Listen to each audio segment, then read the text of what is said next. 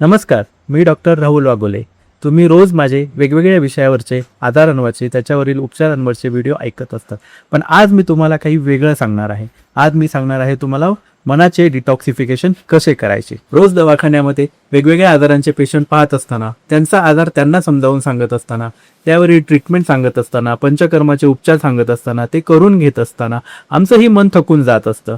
या थकलेल्या मनासाठी, या थकलेल्या शरीरासाठी एक निवांत वेळ गरजेची असते. ठरवलं 2 दिवस पूर्णपणे निसर्गाच्या कुशीत जाऊन राहायचं.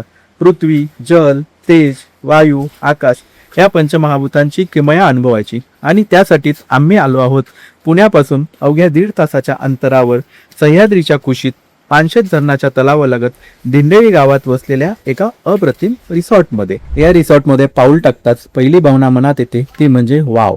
सुमारे 7 एकर परिसरात पसरलेलं हे रिसॉर्ट म्हणजे निसर्ग आणि आधुनिक वास्तुकलेचा सुंदर संगम.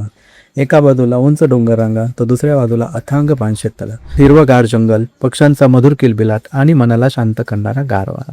खरं सांगायचं तर इथला निसर्ग पाहतात सारा थकवा कुठल्या कुठे पळून जातो. आजकाल आधुनिक रिसॉर्ट्स पाहायला मिळतात, परंतु इथे आधुनिक रिसॉर्ट आणि निसर्ग संवर्धन यांचा सुंदर मिलाप झालेला दिसून येतो. येथील प्रत्येक बांधकाम परिसराशी एकरूप झाल्यासारखं दिसते. बद्दल बोलायचं झालं तर इथे एकूण 5 प्रकारच्या रूम उपलब्ध आहेत. तुम्ही नवविवाहित जोडपं असाल, संपूर्ण कुटुंबासोबत आला असाल, मित्रमंडळींसोबत ट्रिपला आला असाल किंवा मोठा ग्रुप घेऊन आला असाल, प्रत्येकाची योग्य अशी व्यवस्था इथे आहे. रूम मधून दिसणारं दृश्य म्हणजे डोळ्याचं पारणं फेडणार. पाण्याचं निळशार सौंदर्य, हिरव्यागार डोंगर रांगा आणि दाट जंगल. सकाळी उठल्यावर अशी सुरुवात झाली की संपूर्ण दिवस आनंदात जातो. आणखी एक गोष्ट मनापासून आवडली ती म्हणजे इथलं जेवण. रिसॉर्ट मध्ये आल्यानंतर बाहेर जेवायला जाण्याची अजिबात गरज पडत नाही.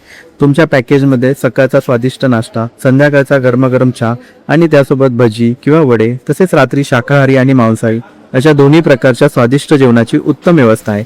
त्या स्वीट डिशची मेजवानीही मिळते. लहान मुलांसाठी मोठं खेळाचं मैदान, मोठ्यांसाठीही क्रिकेट, फुटबॉल यांसारखे मैदानी खेळ खेळण्याची उत्तम व्यवस्था आहे.